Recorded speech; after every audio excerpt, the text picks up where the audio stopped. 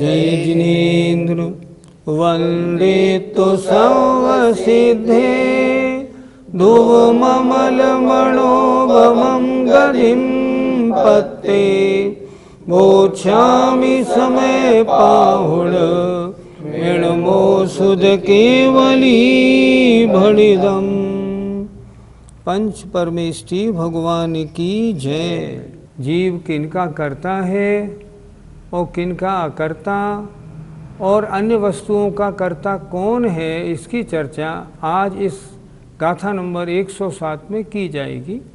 गाथा निकालें 107। जीवो न करे दिघणम, जीवो न करे दिघणम, लेवपणम लेव शेषुगे दवे, लेवपणम लेव शेषुगे दवे, जोगुवोगा उपा, जोगुवोगा उपा, दगाय सोते सिंहवदिकत्ता, दगाय सोते सिंहवदिकत्ता।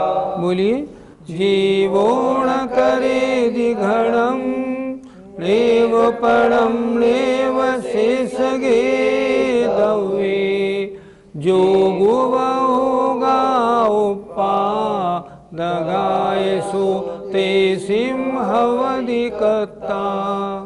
जीवो न करे दिघणम, लेवपणम लेव शेषगे दवे, जोगुवोगा उपा, दगाय सोते सिंहवदिकत्ता।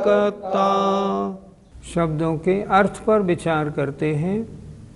जीवो जीव न करेद नहीं करता है घणम घट को, लेव पणम ना ही पट को, लेव शेषगे दब्बे और ना ही शेष द्रव्यों को करता है। अर्थात जीव घट को भी नहीं करता, जीव पट को भी नहीं करता और जीव अन्य द्रव्यों को भी नहीं करता। फिर उनका करने वाला कौन है? जो गुव ओगा, जीव के योग और उपयोग, उपादगा उत्पादक है घटादि के, या सो तेसिम हवदिकत्ता, और सो माने वह आत्मा उनका अर्थात योग और उपयोग का कर्ता हवदी करता होता है। जीव ने घड़ा नहीं बनाया, जीव के जो योग और उपयोग हैं उनके द्वारा घड़ा बना। योग और उपयोग जीव के हैं, घड़ा तो मिट्टी से बना। फिर देखें एक बार। जीवो न करे दिघणम, जीव घट को नहीं करता है, लेवपणम ना ही पट माने कपड़े को करता है, लेव शेषगे दब्बे शेष द्रव्यों को भी नहीं करता है। तो उनको बनाने वाला कौन, करने वाला कौन? जो गुबोगा उपादगा, जीव के योग और उपयोग उनके घटादि के उत्पादक हैं और वह आत्मा उनका कर्ता होता है। मिट्टी घड़ा किसने बनाया? घड़ा तो मिट्टी का बना। तो फिर उसमें उसको घड़े रूप परिणमन कराने में जीव ने क्या किया? जीव का तो योग और उपयोग लगा, पर जीव ने स्वयं उसको अपने उपादान से नहीं बनाया है। अपने उपादान से तो आत्मा ने योग और उपयोग को बनाया। इसलिए जीव घट का और पट का बनाने वाला नहीं, घट और पट के बनाने वाले जीव के योग और उपयोग हैं। अर्थ देखें। जीव घट को नहीं करता, ना ही पट माने कपड़े को करता है, ना ही शेष द्रव्यों को करता है। जीव के योग और उपयोग घटादि के उत्पन्न करने में निमित्त हैं। उन योग और उपयोग का कर्ता जीव है, क्योंकि वे योग और उपयोग जीव के कार्य हैं। इस कारण आइए गाथा 107 का पद्यानुवाद देखिए। कर्ता नहीं जड़ अचेतन वस्तुओं का, आत्मा निमित्त तक भी न घटादिकों का। योगोपयोग जिनमें किनिमित्त होते, योगादि को कर कुधि जड़ सत्य खोते। ऐसे योग उपयोग करने वालों को यहाँ आचार्य श्री ने कुधि लिखा है। कुधि है, जड़ बुद्धि है, ये सत्य को खो देते हैं, आत्मा के स्वरूप से अलग विभाव परिणति में आ जाते हैं। आइए अब गाथा नंबर 108 देखते हैं। जे पुगल दवाणम, जे पुगल दवाणम, परिणामा होन्तिणान आवरणा, परिणामा होन्तिणान आवरणा। न करे दितानि आदा, न करे दितानि आदा। जो जान दिसो हवदिणानि, जो जान दिसो हवदिणानि। बोले जे पुगल दवाणम, परिणामा होन्तिणान आवरणा। न करे दितानि आदा, जो जान दिसो हवदिणानि। जे पुगल दवाणम, परिणामा होन्तिणान आवरणा। न करे दितानि आदा, जो जान दिसो हवदिणानि। जे पुद्गल दवाणम, एक एक शब्द का अर्थ देखिए।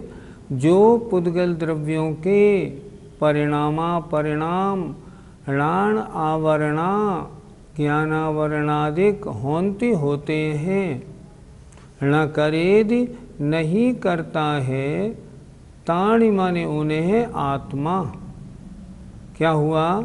जो पुद्गल द्रव्यों के परिणाम ज्ञानावरणादिक होते हैं, उन्हें आत्मा नहीं करता है। जो जानदी, जो जानता है, सोणाणी हवदी, वह ज्ञानी होता है। फिर देखें एक बार। जो पुद्गल द्रव्यों के परिणाम ज्ञानावरणादिक होते हैं, उन्हें आत्मा नहीं करता है। अर्थात जो कर्मों के ज्ञानावरणादिक परिणमन हैं, वे आत्मा के किए हुए नहीं। ऐसा जो जानता है वह ज्ञानी होता है। अर्थ देखें। जो ज्ञानावरणादिक पुद्गल द्रव्यों के परिणाम हैं, उन्हें आत्मा नहीं करता। ऐसा जो जानता है वह ज्ञानी है। पंडित जी, ज्ञानावरणादि कर्मों को करने वाला कौन है? जो कारवर्ण वर्गणा हैं, उनमें ज्ञानावरणादिक रूप परिणमन हुआ। ये कर्म वर्गणाएं ज्ञान गुण को ढकेंगी। इनका करने वाला कौन हुआ? अशुद्ध आत्मा। ये आत्मा का स्वभाव नहीं। इन ज्ञानावरणादिक कर्मों को वास्तव में करने वाला उपादान करता तो कौन है? पुद्गल द्रव्य। पुद्गल द्रव्य का परिणमन ज्ञानावरणादि कर्म वर्गणा रूप हुआ है। उसने ज्ञान को ढका है, जीव ने इसको नहीं किया। इसको करने वाला ज्ञानावरणादिक का कौन करने वाला है? ये ज्ञानावरणादिक को करने वाला तो उपादान रूप से पुद्गल वर्गणा है। पंडित जी, सारी कारवर्ण वर्गणाएं क्या एक स्वभाव वाली होती हैं? पूरे लोक में जो कारवर्ण वर्गणाएं भरी हैं, वे 8 स्वभाव वाली हैं। उनमें से जो ज्ञानावरणादि रूप परिणमन करने वाली, अर्थात अलग अलग रूप से लें, जो ज्ञानावरण रूप परिणमन करने वाली होती हैं, वे ही ज्ञानावरण रूप परिणमन करती हैं। जो मोहिनी रूप परिणमन करने के स्वभाव वाली होती हैं, वे ही मोहिनी रूप परिणमन करती हैं। कारवर्ण वर्गणा यद्यपि समान हैं, लेकिन वे 8 स्वभाव वाली हैं। वो जो जिस स्वभाव वाली है उस रूप ही परिणमन करती है। इसीलिए तो ज्ञानावरणादि की कर्मों की जो प्रकृतियां हैं, वो दर्शनावरणादि रूप परिणमन नहीं करती, क्योंकि उनमें वो स्वभाव नहीं है। इसलिए ये जानना चाहिए विश्व में जितनी कार्बन वर्गणाएँ सारे लोक में हैं, ये सारी कार्बन वर्गणाएँ यद्यपि समान हैं परंतु इनका स्वभाव अलग अलग है। प्रति समय आत्मा को जिस स्वभाव वाली जितनी परसेंटेज में वर्गणाएँ ग्रहण करनी होती हैं, आत्मा उतनी वर्गणाओं को ग्रहण करके उस कर्मरूप परिणमन कराता है। लेकिन कर्मों का करने वाला कौन? कार्बन वर्गणा। आत्मा उसमें कौन? आत्मा तो निमित्त कारण है, उपादान कारण तो कार्बन वर्गणा है। पंडित जी, क्या संसार का प्रत्येक जीव आठों कर्मों को ग्रहण करता है? संसार का प्रत्येक जीव जो वर्गणा ग्रहण करता है वो 7 रूप परिणमन करने वाली होती हैं। प्रति समय 7 कर्म वर्गणा रूप आती हैं। वर्गणा आई, 7 कर्म रूप उनका अलग अलग प्रकृति रूप परिणमन कर गई। और जिस समय आयुबंध के योग्य काल होता है उस समय वे वर्गणाएँ 8 स्वभाव वाली आती हैं, 8 कर्म रूप परिणमन करती हैं। लेकिन सप्तम गुणस्थान के बाद आयु कर्म का बंध नहीं होता, वहाँ केवल अन्य 7 कर्मों का बंध होता है। 9वें गुणस्थान के बाद मोहिनी कर्म का बंध नहीं होता। 10वें गुणस्थान में मात्र 6 कर्मों का बंध होता है। 11वें, 12वें और 13वें अरहंत भगवान इन 3 गुणस्थानों में मात्र एक साता वेदनी कर्म का बंध है, अन्य किसी कर्म का बंध नहीं होता। इस तरह संसारी जीवों के अलग अलग कितने कर्म किस अवस्था में आते हैं ये ध्यान रखना चाहिए। हम और आप जो हमारे श्रोतागण हैं, प्रति समय 7 कर्मों का बंध होता ही है। प्रति समय, चाहे हम और आप में कोई सो रहा हो, कोई जग रहा हो, आत्मा इस शरीर को छोड़ के अगली गति में जाए, रास्ते में भी वह 7 कर्मों का बंध तो करेगी ही करेगी, उसे कोई नहीं रोकता। लेकिन उन कर्मों का करने वाला आत्मा नहीं, उन कर्मों को करने वाली तो कार्बन वर्गणा है। आत्मा के परिणामों के अनुसार उनका परिणमन होता है। पंडित जी, जो प्रति समय कर्म वर्गणाएं आती हैं उनमें से सबसे ज़्यादा किसकी आती हैं? जो कर्म वर्गणाएँ आती हैं वो 7 या 8 स्वभाव वाली होती हैं। उनमें सबसे ज़्यादा परसेंटेज होता है वेदनी कर्म का, उससे कम होता है मोहिनी कर्म का, उससे कम होता है ज्ञानावरण, दर्शनावरण और अंतराय कर्म का, लेकिन तीनों का इक्वल होता है, बिल्कुल समान। उससे कम होता है नाम और गोत्र का, लेकिन दोनों का बराबर होता है। और अगर आयु बंध का काल हो तो सबसे कम परमाणु, सबसे कम वर्गणाएँ आयु कर्म को मिलती हैं। फिर एक बार देखें, सबसे ज़्यादा वर्गणा वेदनी की, उससे कम मोहिनी की, उससे कम ज्ञानावरण, दर्शनावरण, अंतराय की, लेकिन समान, उससे कम गोत्र और नाम की पर समान, सबसे कम आयु की होती हैं। प्रश्न, सबसे ज़्यादा वेदनी कर्म को क्यों मिलते हैं वर्गणाएँ? इसलिए क्योंकि वेदनी कर्म सबसे ज़्यादा काम में आता है। प्रति समय सुख दुख सुख दुख सुख दुख की बात है, इसलिए वेदनी कर्म को सबसे ज़्यादा वर्गणाएँ मिलती हैं और बाकी को जैसे मैंने बताया उस परसेंटेज के हिसाब से माननी चाहिए। पंडित जी, क्या सिद्ध भगवान किन्हीं कर्मों के कर्ता नहीं होते? जहाँ तक कर्मों के कर्तापना का सवाल है, आत्मा जो अशुद्ध है वो ही कर्मों का करने वाला है, शुद्ध आत्मा करने वाला नहीं होता। 14वें गुणस्थान में जहाँ योग भी नहीं होता, आश्रम के कारण नहीं होते, वहाँ कर्मों का कर्तापना भी नहीं बनता।